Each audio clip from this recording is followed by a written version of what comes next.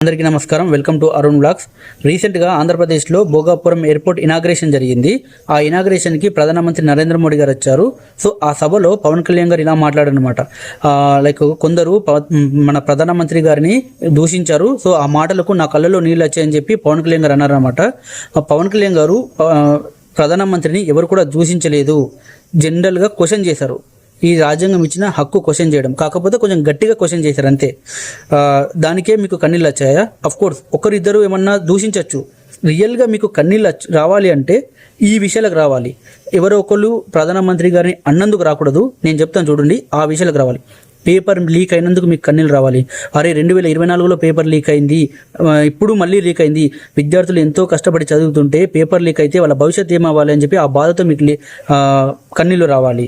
లేదంటే 21 మంది విద్యార్థులు పేపర్ లీక్ అయిందన్న బాధలో చనిపోయారు, అప్పుడు మీకు హృదయం చెలించి మీకు కన్నీళ్ళు రావాలి. లేదంటే ఆ తల్లిదండ్రుల గురించి ఆలోచించి అరే బిడ్డల్ని కోల్పోయారే అని చెప్పి అప్పుడు పేరెంట్స్ గురించి ఆలోచించి మీకు హృదయం చెలించి మీకు కన్నీళ్ళు రావాలి.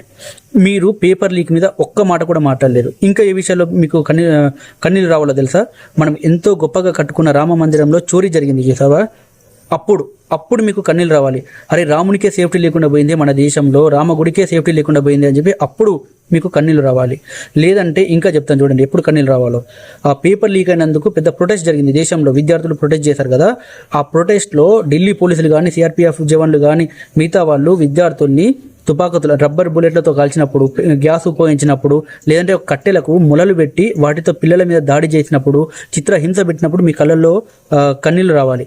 అప్పుడెప్పుడు రాలేదు, కానీ ఒక్కరో ఇద్దరో నరేంద్ర మోడీ గారిని తిట్టినందుకంట కన్నీళ్ళు వచ్చాయంట. ఇదేం లాజిక్ అండి? అంటే నరేంద్ర మోడీ గారు ఒక్కరు మాత్రమే మనిషా? మిగతా వాళ్ళు ఎవరు మనుషులు కాదా? నరేంద్ర మోడీ గారు ఒక్కరు మాత్రమే భారతీయుడా? మేమంతా భారతీయులం కాదా? చనిపోయిన వాళ్ళు భారతీయులు కాదా? ప్రొటెస్ట్ చేసిన వాళ్ళు భారతీయులు కాదా? మీరు ఈ మీటింగ్లో ఇంకో మాట కూడా అన్నారు, 25 సంవత్సరాల లోపు ఉన్న యువత జాగ్రత్తగా ఉండాలని, మీరు జాగ్రత్తగా చూసుకోండి అని చెప్పి వాళ్ళ తల్లిదండ్రులకు చెప్తా ఉన్నారు. ఈ మాట మీరు ముందు చెప్పాల్సింది. మీరు ఎప్పుడైతే ఎలక్షన్లో పోటీ చేస్తున్నప్పుడు మీకోసం యువత వచ్చింది కదా, అప్పుడు చెప్పాల్సింది వాళ్ళ తల్లిదండ్రులకు, వీళ్ళంతా నా కోసం వస్తున్నారు, రాకూడదు, పంపించకండి అని చెప్పి. సో ఎవరైతే 25 సంవత్సరాల లోపు ఉన్న యువత ధర్నాలు చేశారో, ప్రొటెస్టులు చేశారో, వాళ్ళు దేశం కోసం చేశారండి. సో దేశం కోసం చేసినప్పుడు మాత్రం మీరు ప్రశ్నిస్తారు, మీకోసం మాత్రం యువత ధర్నా చేయొచ్చు అన్నమాట, మీకోసం రావచ్చు. ఇంకో విషయం ఏంటంటే నరేంద్ర మోడీ గారిని ప్రశ్నించడమే తప్పన్నట్టుగా చెప్తున్నారు.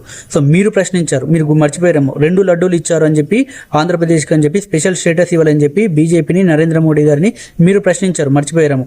మీరే కాదు, మీ సీఎం చంద్రబాబు నాయుడు గారు కూడా దారుణంగా ప్రశ్నించాడు, తిట్టాడు కూడా, మీరు అది మర్చిపోయారేమో.